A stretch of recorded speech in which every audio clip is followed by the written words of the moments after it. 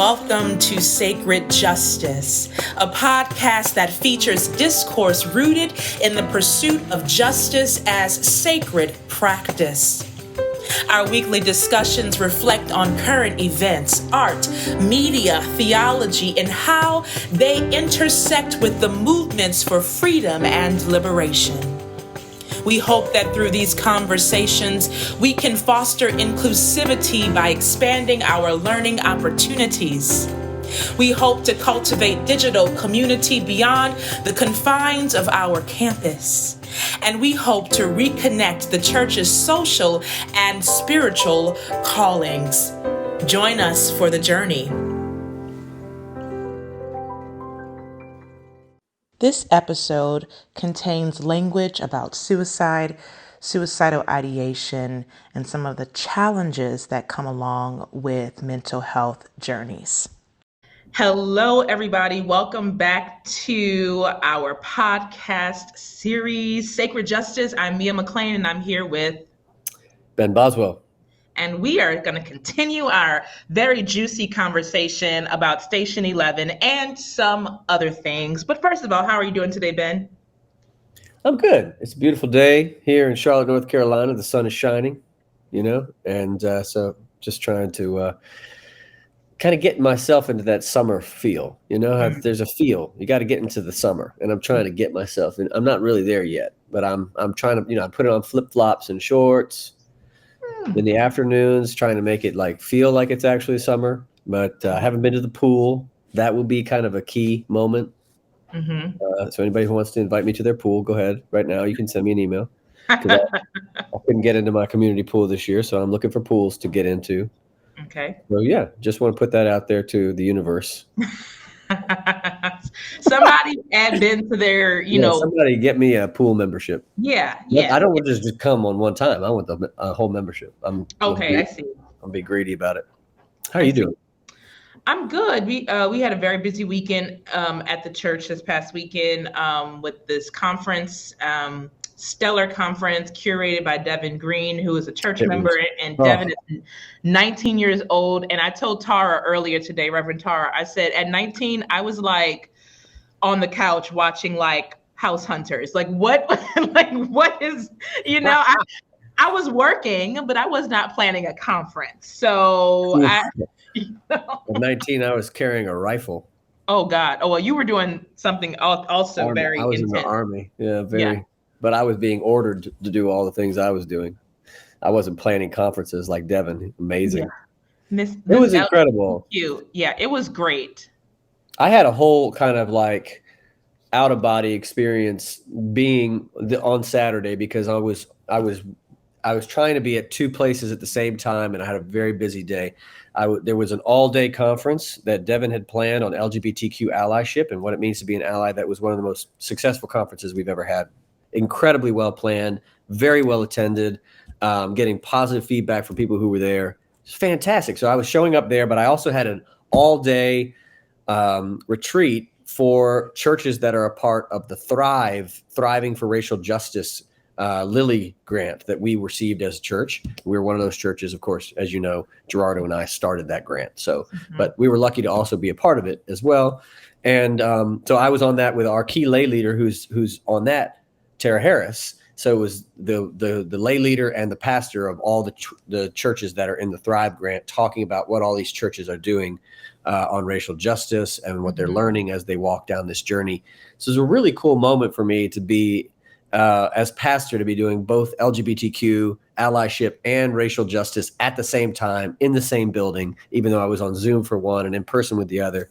And then I had a wedding for a church member that night that I performed. It was a really cool kind of moment as a pastor to see all the things that are being done. And in each case, the laity are really driving the ship in all these events. I'm just kind of showing up and providing what I'm asked to provide. But Devin planned the LGBTQ retreat.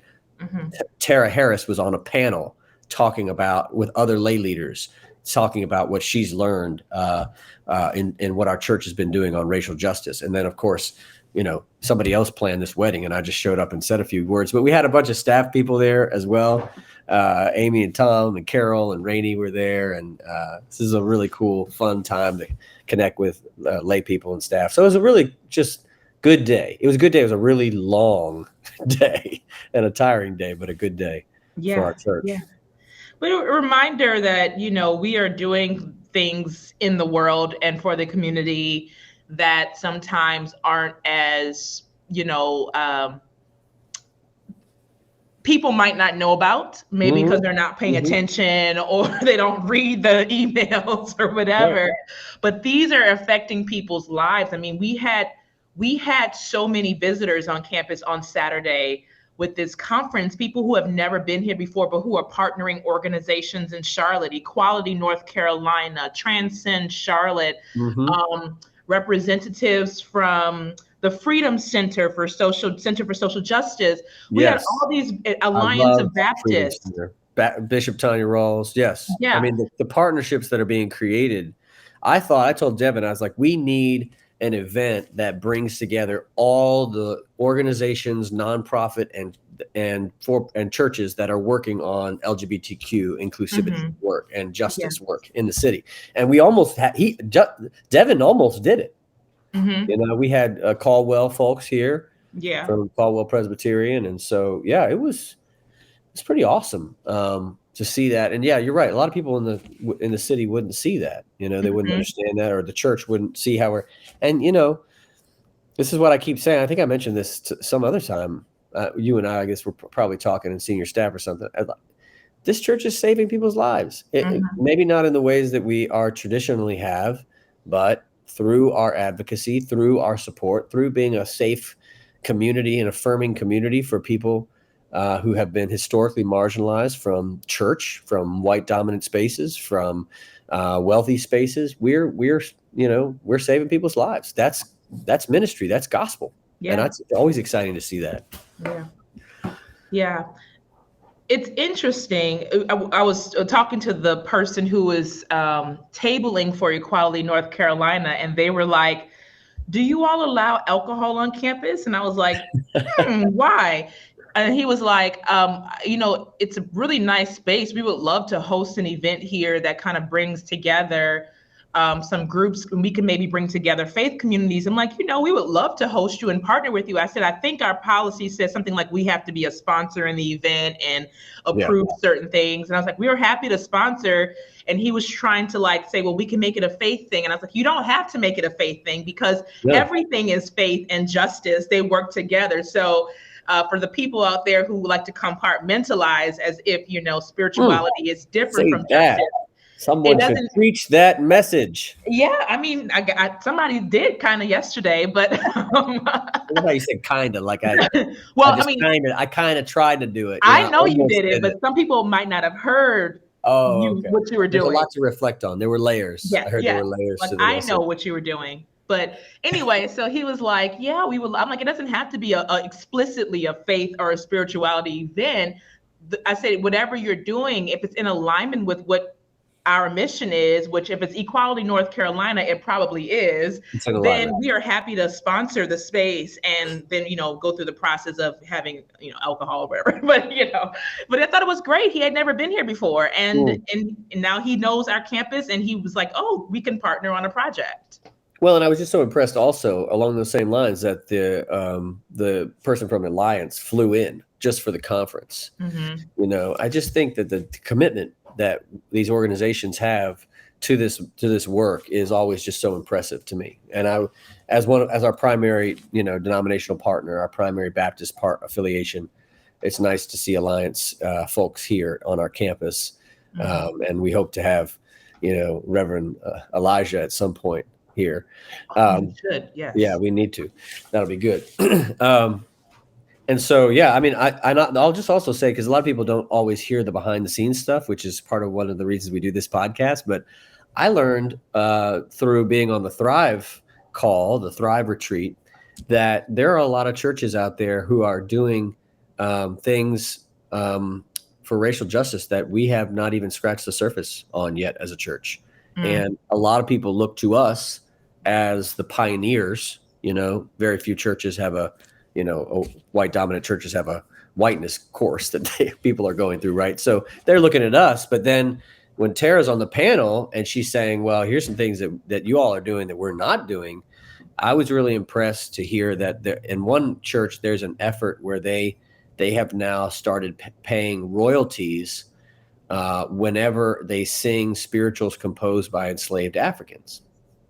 It's almost like a reparations effort for white dominant spaces whenever they sing African American spirituals.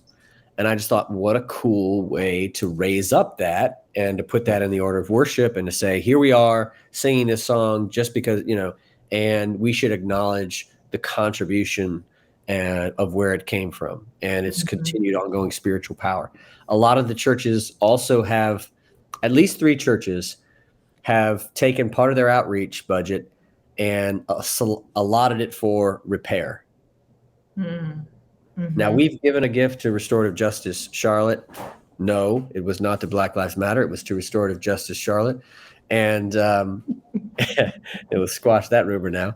But so we've given some money for repair work. But to have a slice of your budget that every year is always going to repair was interesting. A lot of groups have a task force. That's not just some have a racial justice task force. Some have like a reparations task force. And a lot of the churches also have a task force that's doing a historical study of race in the church, because some of these churches are old enough that their founders, were in fact slaveholders themselves.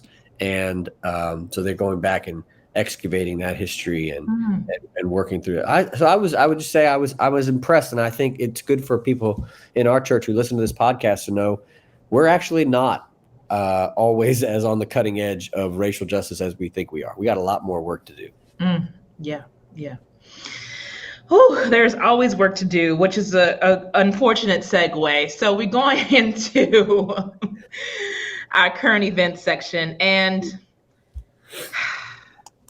no, I'll just get started because I'm just annoyed. But this housing situation here in Charlotte is just, if there's anything that's reminding you there's work to do, is the fact that we are in this crisis right now. I mean, it's a national crisis, so it's not a Charlotte thing. But the amount of phone calls we're getting every week to pay people's rents, and not like rents in like a nice hotel. I'm like rents in filthy places. That are charging $500 a week for trash. I mean, like,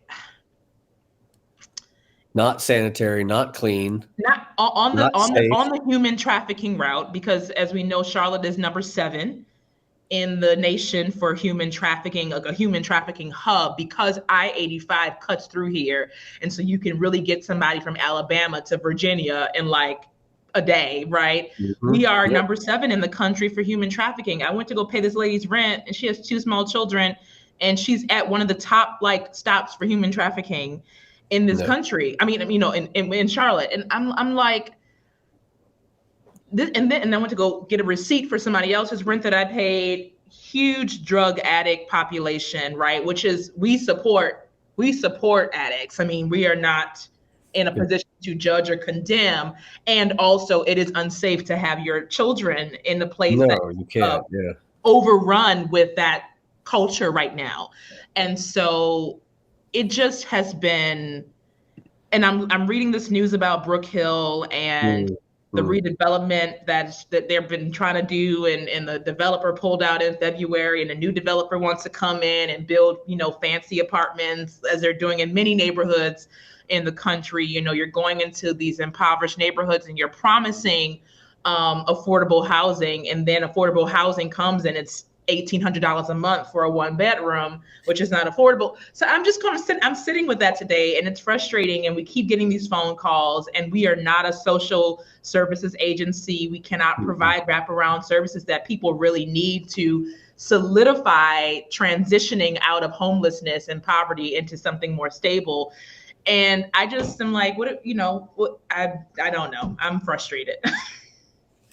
It's frustrating because it doesn't seem like there's a way out of this. And a lot of it is so sad because it has to do with, political the lack of political will. It's similar to the gun violence thing. It's not like you can't solve this problem.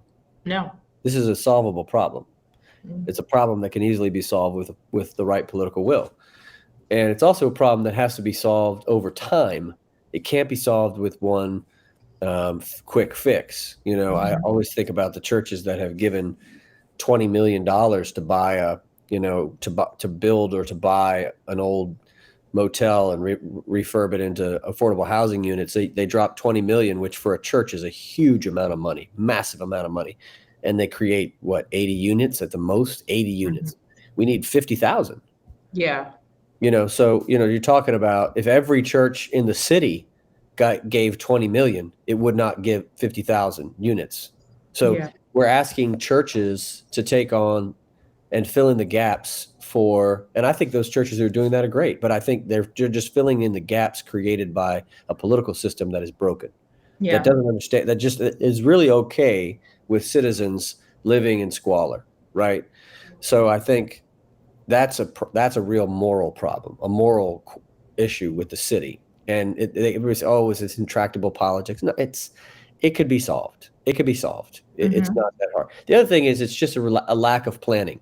You know, here we have this city that was planned through a lot of brilliance, or so folks thought, to create this uptown area. You know, we know the history of urban renewal that was done to create this uptown area, and all the other investments to try to bring the NASCAR Hall of Fame and hotels and all this stuff to uptown. And where was the public transportation planning, folks?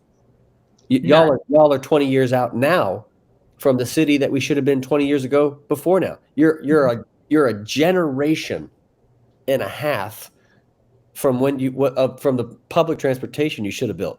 You know, think about when they built the subway in New York City. That was a long time ago, or in DC, right? Or in these other major metropolitans. And so you could solve the housing crisis tomorrow by just building public transportation out to the areas where people can afford to live. Yeah. Now, even in Concord, trying to get a 1-bedroom is still too high in Concord right now. But you could keep going for, you got to keep finding places outside even of Concord, you know. And then gas is rising. So what do you want people to do? I mean, ain't a lot of jobs out in Concord that are career. All the jobs in Concord were sent overseas when Cannon Mills closed, and the plant that employed almost everyone there in the old mill towns that the mill plant that was a cotton, you know, they made linens. Wonder where that cotton came from. Made linens to sell, you know, to high-end linens for people's houses, sheets and pillowcases and covers and towels especially. All that work went overseas. That plant shut down. It's now a baseball park and a research area, right? Yeah. That which took 15 years, 20 years to go from closing the plant to a research park. What did those people do who had jobs there for 20 years? They went to work at Walmart. Yeah. That's where they went to work. A lot of folks went to work at Walmart when that plant closed down. Wow. And I think that the deindustrialization of America, we still have not even come to reckon with what that's done to us. You know, the disinvestments, the trade where you can send your company over to China, pay, you know, half the amount of labor costs, make the same amount of money, keep your company in business. I mean, it destroys entire towns that are relying on these companies to employ a workforce. You know, you could work at Cannon Mills back in the day, back in the 70s, even 80s, maybe. And you could work there having no college degree, maybe not even having a high school diploma, and provide for your family and buy a home and buy a mill house, take care of your family. I've been in those houses, you know, I dated girls that grew up in those families, you know, I know that world, you know, and it's just so sad to see what could have been done, you know, and that's the little towns, right? So now all you can do really there is you can build a bedroom community where you have a strip mall and a Target. Basically, you put a Target and some apartments. Yep. And that's it becomes all it is. Its own economy. It's a bedroom economy, right? Bars, Target, and some apartment complexes. Yeah, that's all it is. And it's just, I mean, I remember watching this happen, well, not kind of witnessing it happen when I lived in Syracuse, and upstate New York has a very similar story. just everything was, Syracuse was Salt City. That was their economy. They had salt mills and they were producing things. The Carrier was the air conditioning people.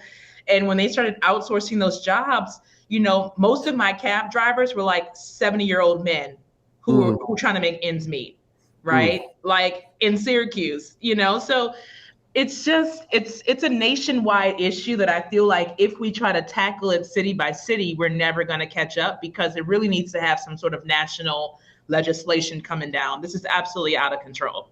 Yeah. I think so. One of the ways to kind of get a frame around what is intractable here is that there was this, I don't want to say good, because it was one of the hardest things I've ever watched, but it's a HBO miniseries called Show Me a Hero. And it's about the battle to build affordable housing in Yonkers, New York.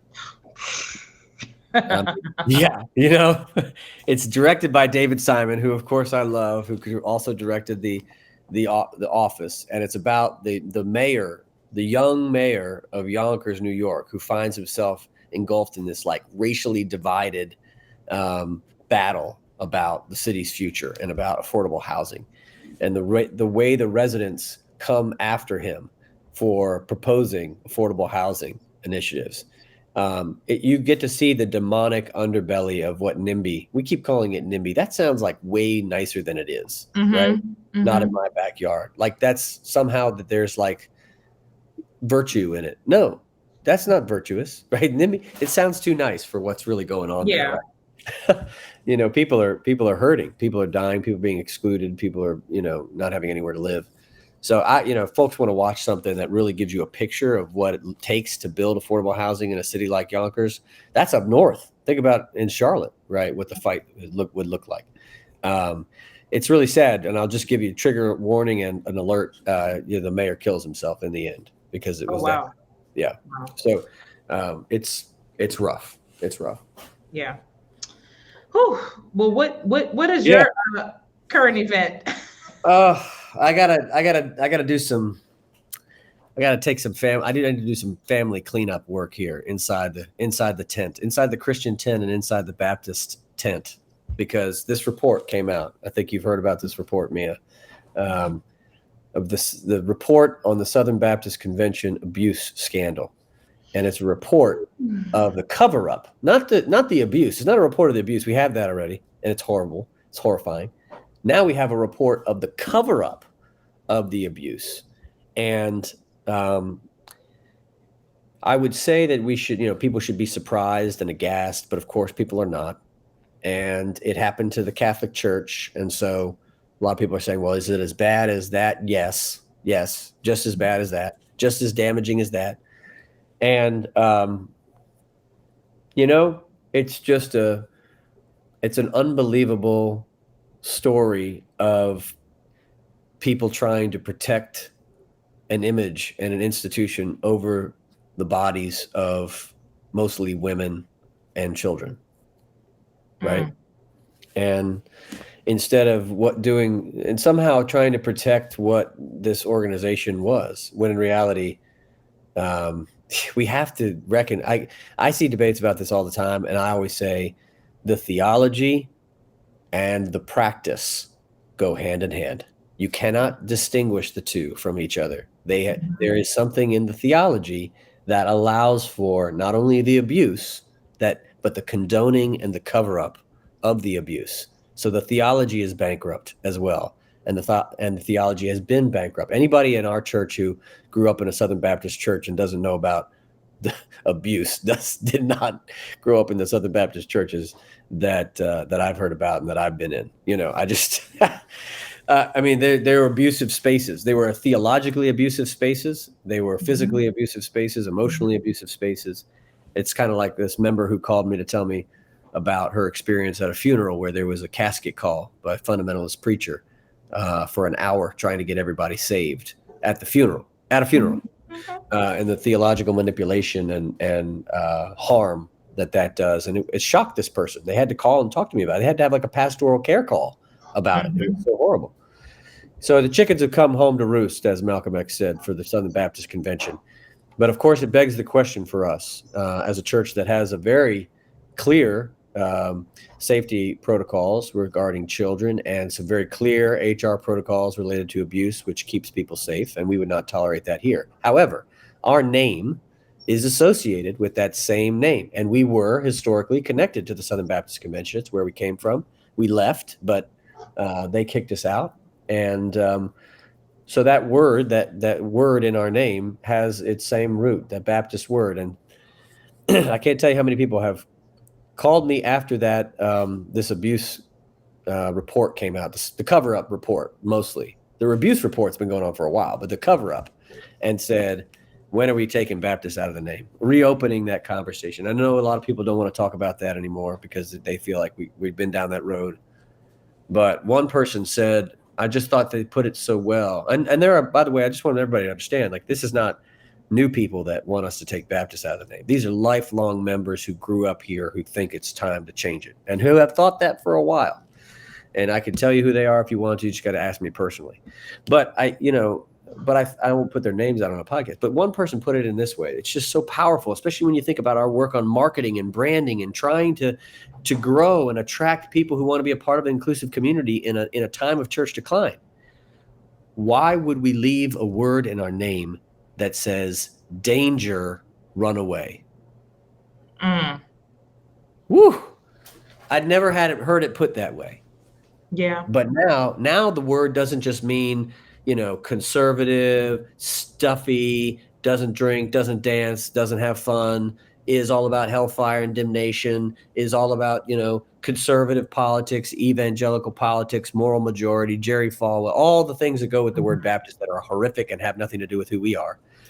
But now it says danger. Yeah. You could be harmed here, and if you are, they'll cover it up. Yeah. That's a different conversation now, I think. And so I don't know what that means for us as a church, but I do think there are a lot of people calling me about it and asking me about it. Remind me offline to tell you something related to this. Oh, okay. You're not going to give the listeners a treat. Not okay. yet. Not this episode. But remind me, because it's related. It's related about how we brand ourselves publicly, and I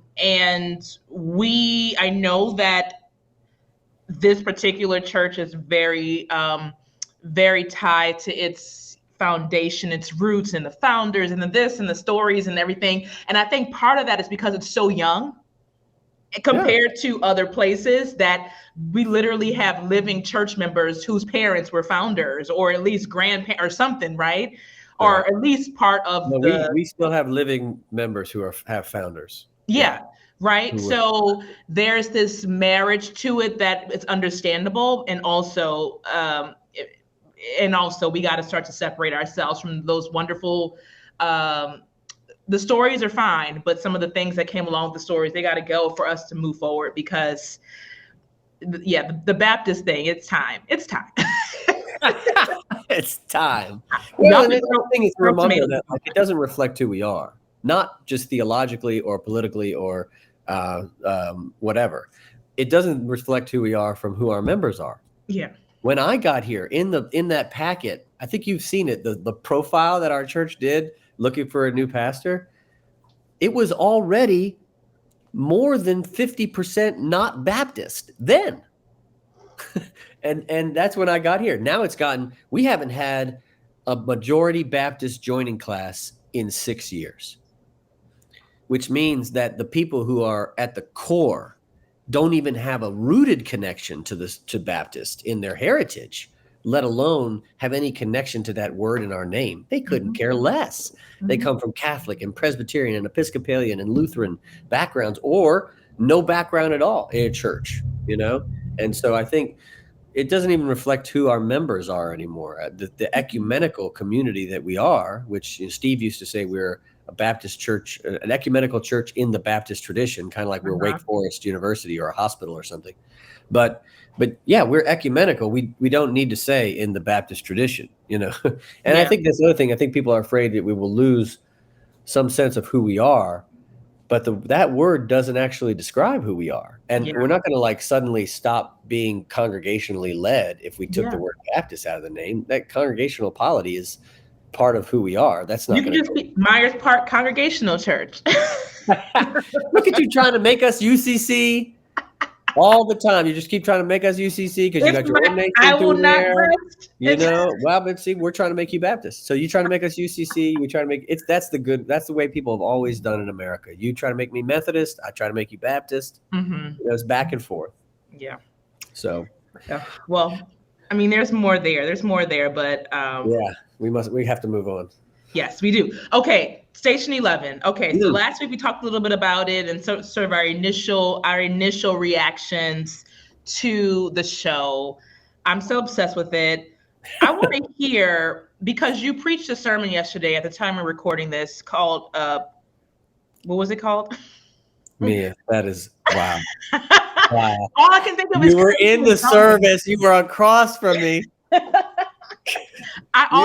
Because the line I keep hearing is creation. I want to call it creation is groaning. Your servant called creation is groaning. That's Paul's language. Yeah, I couldn't steal all that. But mine was renewing. It was renewing the face of the earth, which comes from the Psalm text, which I also use. But yeah, about everything is spiritual, and that's a summary. Okay. But what I was trying to do there is connect the Holy Spirit to creation, which I don't think I hear enough of theologically. Yeah. So in that, you kept kind of harping on the groaning is not necessarily death. The groaning is birth, like the birth pangs, right? That Paul talks about a lot. But even in the Gospels, we hear that language, birth pangs, a couple of times. Mm-hmm. So Station 11, not trigger warning, spoiler alert. We're going to talk about it, so go watch it. Go watch it. We're not going to hold back. Okay. So 99% of the population dies across the face of the planet, apparently. And so things do die. And then new things are reborn, as we see throughout the show. So there is death there. And so I guess I'm trying to reconcile like the birth pangs or the creation is groaning being about birth, which I agree with. And also we saw how the earth herself was literally able to renew. I mean, there were trees growing in old theaters. Yeah, that was such cool imagery. I loved it. They flashed that a little bit as you're sitting in that theater. Yeah. With Jeevan at the beginning, watching Arthur on the stage, and you get that flash of what it's going to look like 20 years in the future, which is totally covered in grass and trees and animals in there. I think were there pigs? There were boars. Yeah, wild boars in there, which was awesome. God, I love wild boars. And so I think I think that reminds me of what I keep hearing from environmentalists, especially folks in the Extinction Rebellion group and things like that, is that it's not, which I love that term, Extinction Rebellion, because it's not about we're going to kill the earth. It's about humanity. Human beings will be eliminated. Yes. Not the earth. The earth will renew. The earth has rotated around this fiery ball of sun for a long time, and it's been really, really cold here for a long time. It's been really, really hot here for a long time. There were dinosaurs. I know some folks who think they're Jesus horses don't believe that, but there were dinosaurs. There was evolution, and there could be a de-evolution and a re-evolution. And I think we keep thinking about it from this anthropocentric perspective, where we're going to be, what's going to happen to the earth, the poor earth? We're going to kill the earth. We're going to die. We're killing ourselves. It's fratricide. We're going to die. Yeah.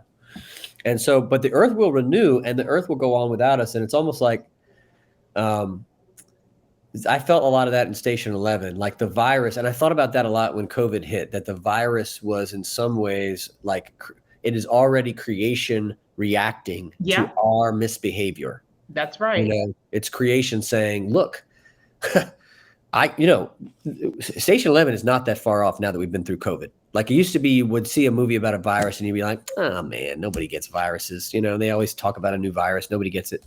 A few people get it, but in reality, it could happen. So killing 99% of the population, I did not think at the beginning of COVID that 1 million people would be dead. Yeah. If you told me at the beginning of COVID, I wouldn't have come out of my house if you told me that ever again. Like maybe one time. But if you told me 1 million people in America were going to die from that in 2 years, I'd have been like, oh my God, that's big time numbers, bigger than any war that we've ever had, in American history. So creation is reacting, right? It's reacting. It's jumping. These viruses are jumping species now because of the way we're treating species, but because of where species, our proximity to species, right? I'm thinking about the pangolin and the bat and how coronaviruses are jumping from bat to pangolin to human and morphing and changing and growing.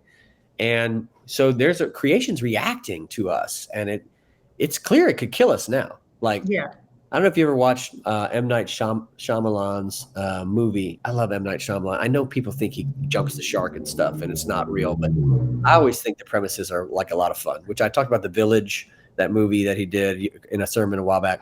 But the one that I love, it's called The Happening. And it's like this, it's just like all of a sudden the wind blows and creation reacts and it just kills people. It just starts killing people.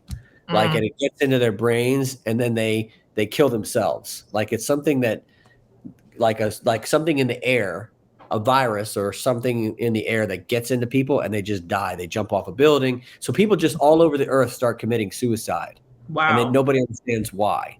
That's what The Happening is about. And it's about like these people trying to hide and find a way to survive in the midst of the happening. And it just kind of culls the population. And it's all the wind. The wind does it. And the imagery of it is just so powerful. It's kind of like creation is like, no, I'm tired of this. I'm just tired of this. So we're going to change the game now. Boom. It's like, whoo. Apocalyptic is what it feels like. Yeah. That's interesting. I mean, I'm going to put a trigger warning at the top of this episode, but I've been thinking a lot about the suicide rates, and I saw 2 videos over the weekend of people being rescued from trying to kill themselves. So one lady was trying to jump off a bridge, and so these people had gotten out of their car and they were like pulling on her, and I think it eventually ended up they got her. And then this other man tried to drive into a lake, and these people all rush over. It's at a golf course, and they like pull him out the car. He's fighting them. These are in the same week. I saw these 2 videos, right? And I've been thinking about how the pandemic has affected people's mental health, the state of the world. And it just sort of feels like things are dying, and and people are really fighting to live and not winning that fight. And I'm just seeing the pandemic. I mean, seeing Station 11 was like the choice was really kind of made for people. I mean, there were people kind of like stuck in their cars going to the hospital and never made it, right? It was just like, and that's it. But there is, okay, so let's play with this a little bit. I like this. So I think you're right. It's birth and death. It's death and birth. So the Christian tradition, which is why it made sense to talk about this on Sunday, has reframed death as rebirth. And not just reframed almost all groaning as rebirth, as birth, because of the story of resurrection. Now, I think a lot of that theology and the way it does that is really problematic. It does not give appropriate space for suffering, violence, injustice, and what we should do about it, or help us to understand that our alignment is with the crucified, not with the resurrected, right? Like we have found ourselves too drawn to glory and triumphalism and violence and war as Christians, and not drawn instead to where people in the world are being crucified. And so thank God for the liberation tradition that is leading us back there and taking us back to that place. However, there is a general reframing of the subject of death in Christianity toward rebirth that could be good, could be bad, depending upon how you do it, right? So I'm thinking about that, but I'm also thinking about how in Station 11, there are people who react quite differently to the things that occur, the pandemic, as well as the 20 years later down the road. And so you see people early on, Jeevan is seeing people buying lots of groceries, right? But also, burning things down, taking over planes. That guy busts into the house with Frank and stabs Frank, right? Because he just shows up. My wife always says that's the scariest scene of the whole thing to her is that guy just showing up, and the way he looks, they made it so real that it looks like an intruder would come into your house looking like. And like, it just freaks her out all the time. So that guy is obviously approaching the end of the world quite differently than Jeevan and Kirsten were.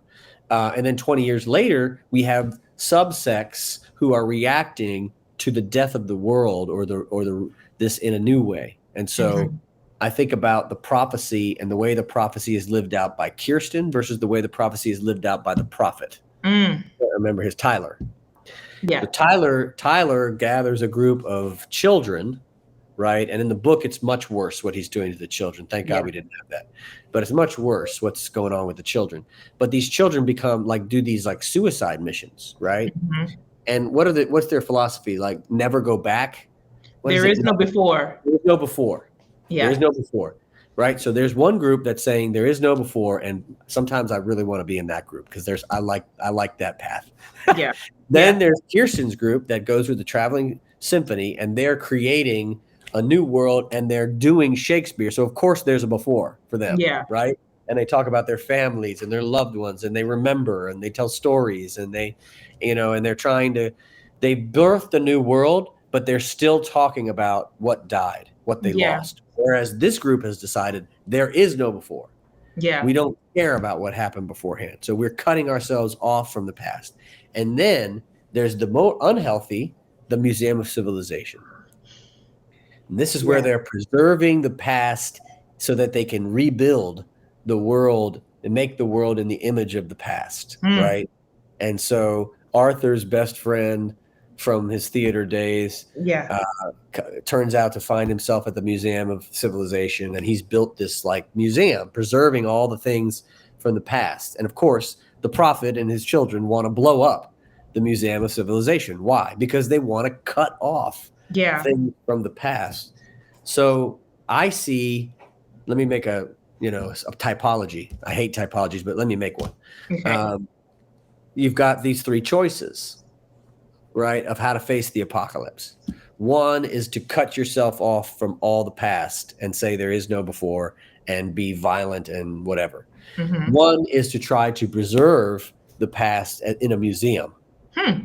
Like churches do. Oh, well, you got there before I did. Yes, like a lot of churches that think of themselves as museums and not like living, breathing communities, right? So there's that path. I think both of those are the extreme opposites of each other and both unhealthy ways to move through the world. And I see the traveling symphony as the not perfect in any way. They're not perfect, but as the path of health, remembering the past, but in a new way, and reinterpreting the past, and reinterpreting Hamlet, and reinterpreting King Lear, and reinterpreting Shakespeare, with a community that is telling stories, and think about how they deal with the loss of their leader versus the way the children deal with the burning of the Museum of Civilization, or the Museum of Civilization do with, what their world, and all that. And remember what changes Tyler, what radicalizes him is their refusal to save the people on the plane. Yeah. Yeah.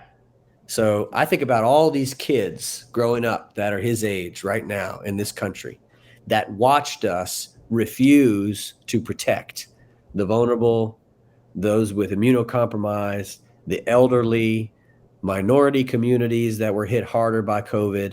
And they're growing up in a world where they have already been shown. And by the way, I always remember you talking about what you've experienced in your life politically, but and I mean that like what America has been like in your lifetime. Oh yeah, horrid.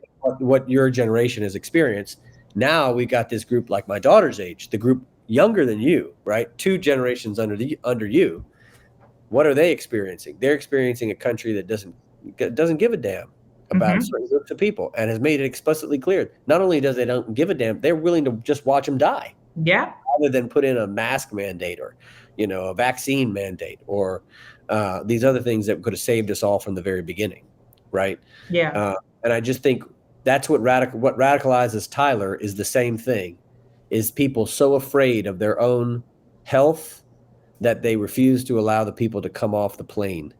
Yeah. And they watch them die all out there. And really, they were alive for a long, long time, right? Yeah. I think what we learned in the end is that they could have helped them, and they wouldn't have been. They did, because they didn't die from being sick. They died from from starvation. Yeah.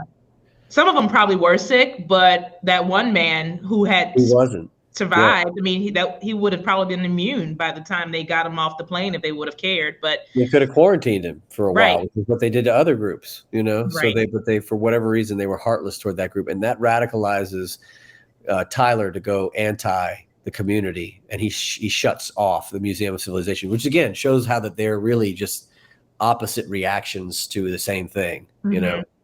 Two sides of the same coin, these two extremes. Yeah, so that heartlessness then leads to more heartlessness by Tyler's group. Yeah. There's so much in this. I wish I could just. I mean, there's a whole podcast on Station 11. Oh, I need to listen to that. I haven't listened to it yet. All right, I'm gonna find it for the listeners. I listened to it. It's called Station 11. Oh, well, the podcast. It's very creative.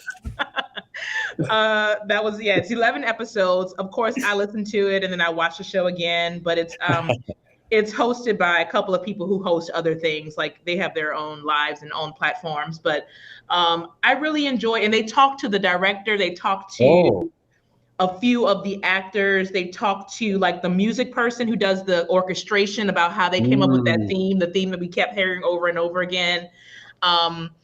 So it was very fascinating. So I highly recommend you go listen to it. But they had some really heavy theological themes for me. It was I was very inspired by it. But I'm kind of like right now, not so much Tyler, but I'm very much like Burn It All Down. Just sort of how I feel like there is no before. There is no before. There is no reform. Burn it all down and start over. Burn it all down and start over. Because I'm just I watched this country completely just let people die in New Orleans. And I just, at this point, I'm like, we can burn it down. And now that we've had these school shootings and the police aren't doing anything, we can go ahead and cancel the police. Yeah, let's go ahead and burn the Museum of Civilization. Yeah. Like, what is that for? So that's kind of where I am. I'm not as radical as Tyler, but or at least as violent as Tyler. Yeah. What do they call that? Afro-pessimist? Sounding like an Afro-pessimist to me. That's probably, I don't, I'm very careful about titles. I don't claim a lot of titles, but I can see that. Well, I remember when Miguel was here, Miguel said a lot like, hope is a problem because a lot of times hope leads people to sit on their laurels and not do anything, thinking something's going to come. When in reality, we need a sense of hopelessness because that desperation may move us into an action that creates a new world, a new beginning. But I think you're making. I'm very often like Tyler. I mean, I don't want to use violence, so that's like my line. But otherwise, like we're not abusive. We're not like trying to. No, I'm not trying to manipulate children. Yeah. But I think the thing how do we oscillate back and forth between Tyler and the traveling symphony? Yeah. So the prophet and his children versus the Museum of Civilization versus the traveling symphony. The problem is a lot of times, and I think this is a problem with generational divide, part of a generational divide, and a way that's happening in churches too. You and I wake up in the morning and we feel like Tyler, but half the congregation is in the Museum of Civilization. Or they're in the professor. Yeah. Remember the professors who had they were on the symphony and they got tired of it, so they went to go build their own they went to go settle on that property. Oh yeah, and then Tyler killed them anyway. Yeah. So I think there's like the congregation is like professors and the Museum of Civilization, somewhere in between there. Yeah. And I know there's some people that in the congregation that are like Tyler, and then there's lots that want to be, but see, I think all of us, and this goes back to like the rebuilding community moment that we're in now. Like, how do we take people who are like the professor who wanted to go do their own thing and left the traveling symphony, that are disgruntled with the traveling symphony? Let's use that word.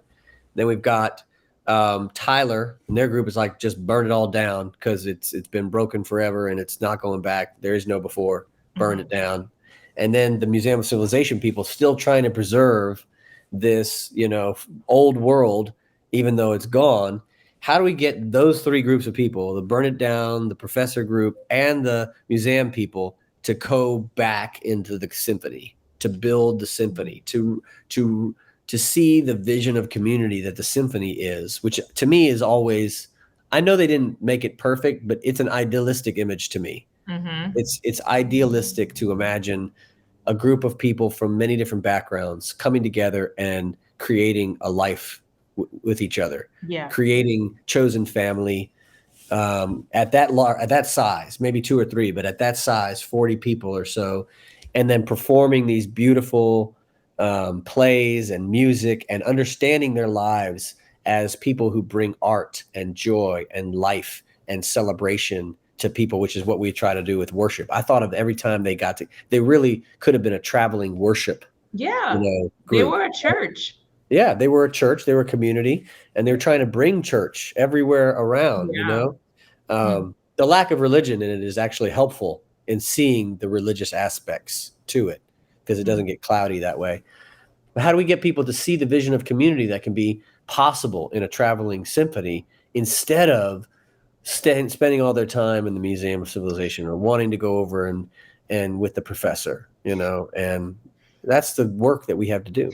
They are more like the early church than we are, Mm. in that there is no brick and mortar holding them down. So the professors have settled for, like, we're tired, we're gonna settle and build the Tower of Babel, or at least something. We're going to build something, not the Tower of Babel. Then you Yeah, have Museum of yeah, Civilization, which that is is like, a we're Tower going of to build Babel. the Tower That's a of Tower of Babel. Babel. And God was like, but I called you to fill the earth. I didn't call you to settle in Sinar. I called you to go out and populate and Mm. fill and Yeah. so the traveling symphony is kind of closer to like a God vision than any of the other groups of people. Yes. And isn't it ironic that the two groups that have fulfilled that vision are the Traveling Symphony and Tyler and his children, the prophet and his children? They're the only two groups without brick and mortar. The other groups, and there's some message in that about safety, security, and Yeah. institution building, right? Like that there's something inherently conservative and about institution building and bricks and mortar because it sets you have to then protect all that. Once you build all that, you have to protect it and you have to pay for it and you have to care about it and you have to do things to it. It creates, just like when you buy a house, you got to take care of it. You got to fix stuff. You got to call people in to make things better. You got to buy new things, for it. You got to fix doors, and it becomes its own life-sucking problem if you're not careful about how you handle it. And that's the same thing true with bricks and mortar anywhere. So it's so beautiful that the Traveling Symphony, they don't have any of that. They sleep out in tents, they camp, they take care of each other. And so I think the message for me there is security is in community, not in buildings. Yes. All right, my final thought, because we're at time, but I kind of forgot Jeevan's. There's a group of people that we don't see a lot that are still doing things that aren't that. So like Jeevan is like off in the woods and he's like the doctor. I kind of would want to be like Jeevan. I feel like I would be like his path. Like I help people, but then I'm going back to my like shack in the woods and leave me alone. And their village is very agricultural, which also there's a lot to talk about there, from sort of civilization building and what is civilization and where does it come from and is it tied to agriculture or not? I read this incredible book while I was on sabbatical that I have here. I'm still trying to figure out how to preach this book yet, but it's called The Dawn of Everything: A New History of Humanity. Have you seen this book yet? No, but it's huge. It's 570 pages, and I read it while I was on sabbatical. It's the best book I've read in a long, long time. And it's basically about how we don't understand how advanced indigenous cultures were in relationship to freedom and equality. And we always think of like free communities and those indigenous communities that were free and equal, many of which predate Sumer, predate Egypt, as somehow like primitive, and in reality, they debunk all that to the point where there is no way to look back on those civilizations as primitive, given the amount of freedom and cooperative political life they had in those times. It's a very fascinating book. Okay. Anyway, I'll leave you all with that recommendation. And it's such a good to talk theology about Station 11. Yes. I'm going to watch Everybody it needs again. to watch this. Oh, so hopeful. Yes. Well, we'll be back next time with some more pop culture, television, music discussions as we continue the series. We hope to chat with you more. See you next time. Friends, that was our episode this week. As always, please email your questions and your suggestions to Reverend Mia McLean at mmcclain@myersparkbaptist.org. Until next time, take care. This is Sacred Justice.